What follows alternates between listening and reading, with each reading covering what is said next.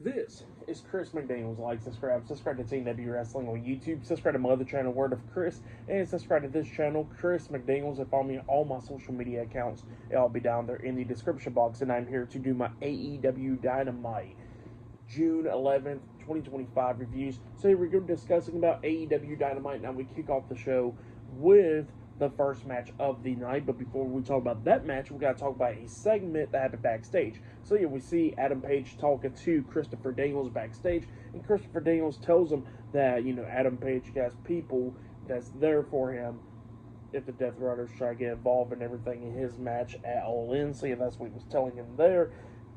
And then Adam Page starts walking away, and then he didn't spot Jon Moxley off to the side, but Adam Page actually walks past him, did not even notice him, and then Mox spots Adam Page, and then he tells Claudio and them to follow him. So yeah, that's what happened there. But then we get to the first match of the night. It was Swerve Strickland with Prince Nana ringside versus Will Ospreay one-on-one tonight on Dynamite. This match was amazing. Obviously, we already knew this match was going to be amazing, but, with it happening, obviously, it was damn great. Both of these guys beating the hell out of each other, coming up near falls a lot of times in this match. A couple times I thought Swerve was going to win. I thought Ospreay was going to win a couple of times. It was just going back and forth. We've seen Will Ospreay hitting a bunch of hidden blades onto Swerve Strickland. Like at one moment, Swerve had his back turned outside the ring, standing up, and then Ospreay runs, from inside the ring, going underneath the bottom rope with a hidden blade onto Swerve outside of it, which was amazing. And yeah, like I said, both of these guys are beating the hell out of each other. But then we start getting towards the ending of this match where we see Swerve hitting Hangman Adam Page's finish move, Deadeye, onto Will Ospreay, and then he climbed up the top turnbuckle, jumping off the Swerve stomp onto Ospreay. He pinned him. 1, 2. Ospreay barely kicked out at 2. And then we see Ospreay hitting a hidden blade onto Swerve when he was trying to hit the house call onto him. And then he picks him up, hitting the Stormbreaker onto Swerve. He pinned him. 1, 2. Swerve barely kicked out at 2. So yeah, it was just going back and forth between these two guys. But then at the ending, we see Will Ospreay look like he was thinking of hitting the Tiger Driver onto Swerve, and then he was hesitating, but then he decides to go for it anyway. So he picks up Swerve, but then Swerve pretty much kind of fought out of it because he went after Will Ospreay's arm majority of the time in this match. So Will Ospreay's arm pretty much gave out, and then that gives Swerve the opportunity to grab Ospreay. He hits a vertebraker onto him, and then he hits the house call onto Will Ospreay. He climbed up the top turnbuckle. He jumps off with the Swerve stomp onto Ospreay, but then Ospreay kicked out at 2 once again, and then at one point we actually see him hit another house call onto Ospreay, but then Ospreay rolled onto the ring apron, and then at this point Swerve was like hurting in his leg and all that stuff because he was getting attacked from his legs sometimes during this match, and then Swerve was trying to climb up the top turnbuckle to hit a Swerve stomp onto Will Ospreay on the ring apron, but then the bell rings, so it ended in a draw. So yeah, Will Ospreay and Swerve Strickland's match ended in a draw tonight, and then Will Ospreay rolls off the ring apron onto the floor, and then we see Swerve grabbing a mic, and then he asked Will Ospreay, he was like, look, I already know I want to keep on continuing. I'm hurting, and he says that he knows that Will Ospreay's hurting, and he knows that Will Ospreay wants to continue it, and Will's shaking his head, well, almost out of it pretty much, and then he says, let's go ahead and have a sudden death match. So yeah, that's what he says there, and then a sudden death, and then all of a sudden, right when he says that, all of a sudden, the theme song hits, and then we see the AEW World Heavyweight Champion, Jon Moxley, Claudio Castagnoli, Wheeler Yuta, and Marina Shafir, the Death Riders. They come walking out there through the crowd, but they get right there at ringside, and then all of a sudden, we just seen Swerve getting distracted because we seen Matthew and Nicholas Jackson, the Young Bucks, coming up, attacking Swerve from behind, beating him down, hitting the BTE trigger onto Swerve, and then they was grabbing handcuffs, and then we see Prince Nana try and pull Swerve's leg, and he's up there on the ring apron trying to pull him out of the ring, but then they hit a super kick onto Prince Nana, knocking him off the ring apron, and then they handcuff Swerve to the ropes, while he's just hanging there pretty much from the ropes, handcuffed. And then we see the Young Bucks hitting multiple super kicks onto Swerve, laying him out and all that stuff. And then all of a sudden, they ask for the shoes, and then we see Willie Yuta go up underneath the ring, grabbing a box of shoes, and it was those shoes with thumbtacks, and they put it on, and then they was going to hit a super kick onto Swerve, but when they was going for the super kick onto him, Will Ospreay quickly jumped in between them, getting hit with the super kick instead, getting busted open and stuff, and then the Young Bucks felt bad about that for what they did, and then they just walked out, and Swerve was pissed off about it. So yeah, and Will Ospreay's over there bleeding. But yeah, pretty much Will Ospreay sacrificed himself, which was pretty cool with the storyline and all that stuff. This storyline with Swerve, Will Ospreay, and Adam Page has been really, really great. I'm not even going to lie. With the Death Riders and the Young Bucks, like with the Death Riders storyline, it picked up, so I'm glad about that. But yeah, AEW has been on a ball lately, and this was really good. I really, really enjoyed it. Really great storytelling with the match going on where Swerve is hitting Deadeye and all that stuff. Just really, really great stuff for the match and all that stuff. I gotta give it all 5 stars. That's why I give it. It was really good. Go check it out if you have yet. But yeah, great match between Will Ospreay and Swerve Strickland. What happened after the match was really great stuff.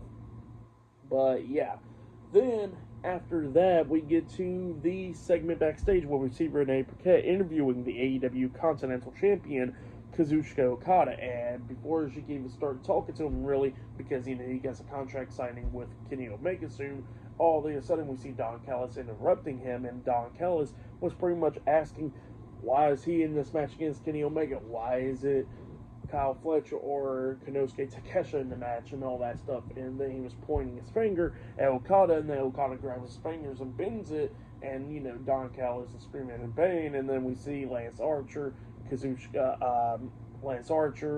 Kyle Fletcher, and Konosuke Takeshita coming up and staring at him, and then also Okada walks away, calling Don Callis a bitch. So yeah, that's what happened there. Pretty funny thing right there.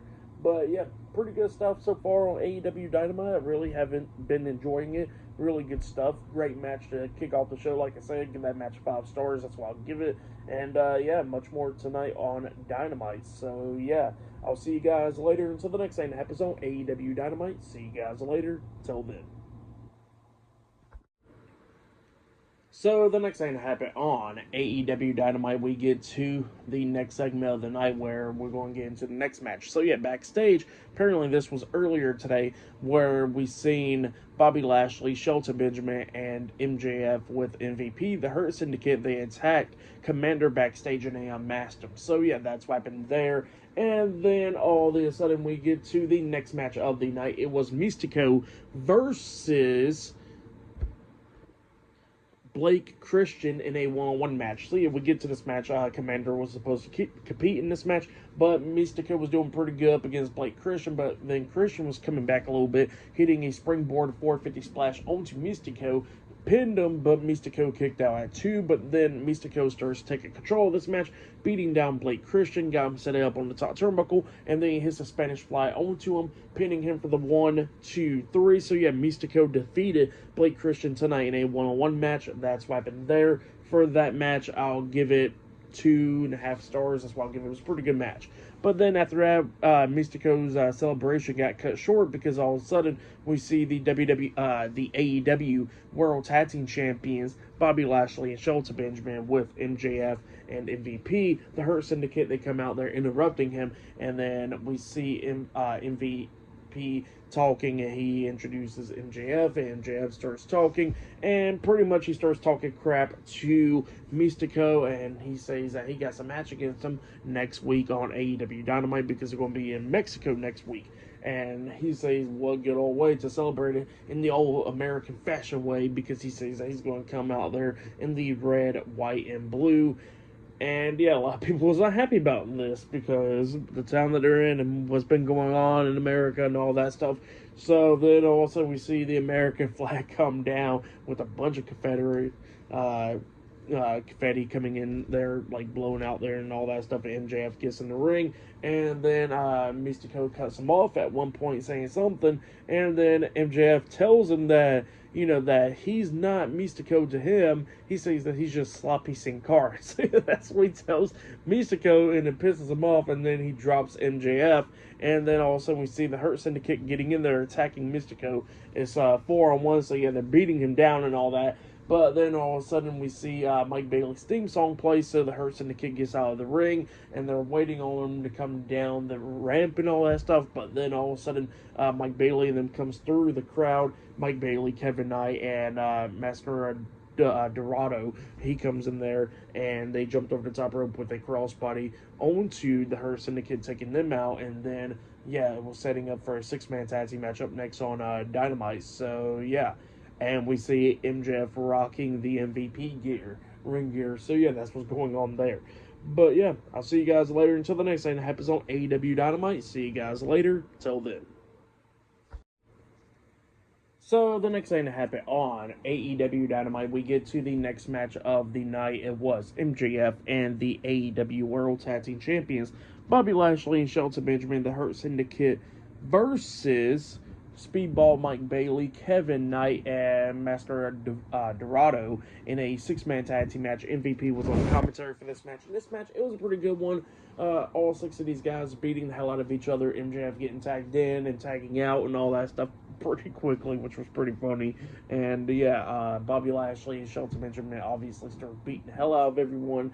And then we see MJF getting tagged in, and he's getting beat down later on in the match. And then we see Mike Bailey climbing up the top turnbuckle while everybody else is taken out, and the referee's checking on MJF.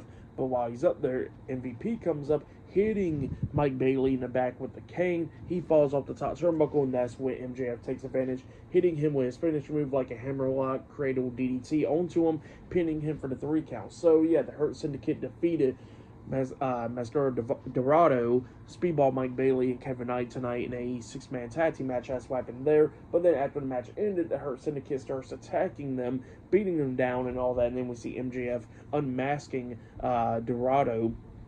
And then after he unmasked him, we see Mystico coming back into the ring, attacking MJF, hitting Hurricanrana faceplant onto him, locking on the armbar, and then her Syndicate comes running back into the ring, chasing Mystico out of the ring. So yeah, that's what happened there. Pretty good stuff for the match. And what happened after the match, I'll give it all 3 stars is what I'll give it. But yeah, up next we'll be hearing from Hangman Adam Page up next on AEW Dynamite and much more things. So yeah, I'll see you guys later until the next thing that happens on AEW Dynamite. See you guys later. Till then. So the next thing to happen on AEW Dynamite, we get to the next segment of the night where we see Hangman Adam Page's theme song playing, and then he does come out, but he comes out there with the Death Riders because the Death Riders attacked them backstage earlier tonight, and yeah, they got him tied up and, with duct tape around his mouth and all that stuff. So they brought him to the ring, and they threw him into the ring, and then Mox grabbed the mic after they started beating the hell out of him. John Moxley grabs the mic and he starts talking. He starts talking about how this Adam Page is not going to be the one to defeat him at all and win the AEW World Heavyweight Championship. He says if he wants to win, he got to go back to the old Adam Page. And that's what he was telling him and all that. And it was a pretty good promo from John Moxley. So yeah, that's what he was telling him. And yeah, then he says that Adam Page got 4 weeks to try to do something to try to win the AEW World Heavyweight Championship at All In. So yeah, that's what John Moxley says. And then all of a sudden they started beating the hell out of him again. They brought in a steel chair. They wrapped it around his head, about to beat him down. And then all of a sudden, the AEW Trios Tag Team Champions, Samoa Joe, Powerhouse Hobbs, and Kazuchika Shibata comes running down there, making the save, chasing the Death Riders out of the ring, and they go through the crowd, the Death Riders do, and Adam Page quickly got back up. He grabs the mic, and he starts talking, and he says that if he finds one of them tonight, he's going to, take their heads off their shoulders. So yeah, that's what he tells them. He throws down the mic, he grabs a steel chair, and he starts walking through the crowd to go find the Death Riders. So yeah, that's what happened there. Pretty good segment though, to hype up their match at All In between Jon Moxley and Adam Page for the AEW World Heavyweight Championship. So yeah, that's what happened there. Pretty good stuff. But yeah, I'll see you guys later. Until the next thing that happens on AEW Dynamite, I'll see you guys later. Till then.